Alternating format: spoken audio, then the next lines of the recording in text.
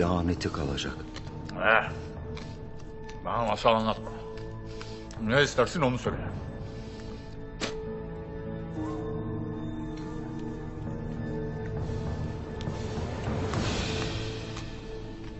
Noyan, bir daha benim soframı tükürüğünle kirletirsen... maalesef benim şu güzel yemeğimin lezzeti... senin pis kanınla bozulacak.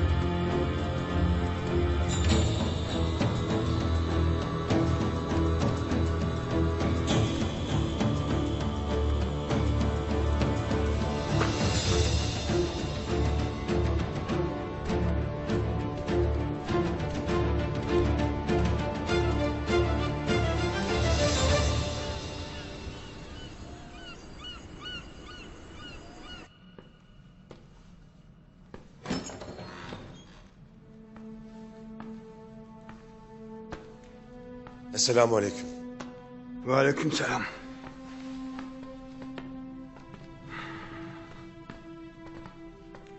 Hoş geldin Süleyman Şahoğlu Ertuğrul.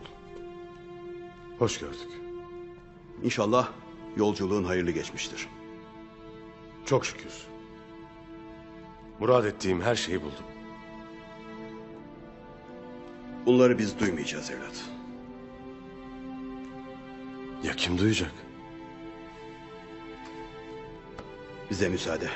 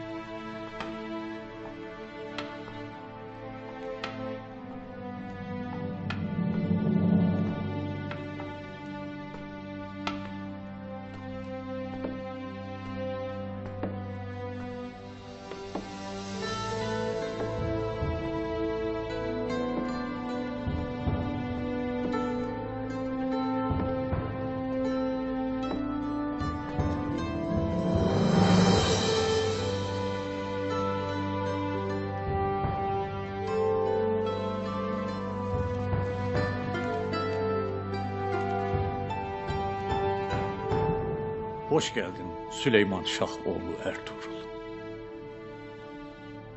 Kutlu yolculuğunu anlat hele. Anlat ki nicedir duymak istediğim ne varsa senin gibi bir yiğidin ağzından işitmek nasip olsun.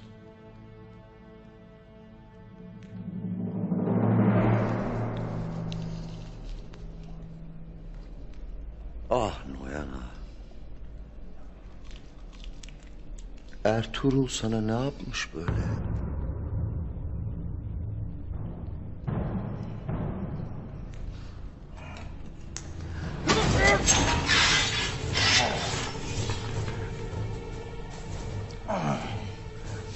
Unutma. Senin canın halen benim elimde. Sultanım her şeyi öğrenir.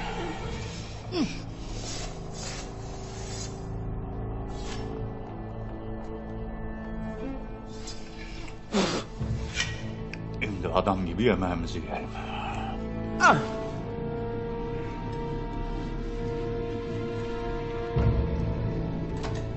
Ögeday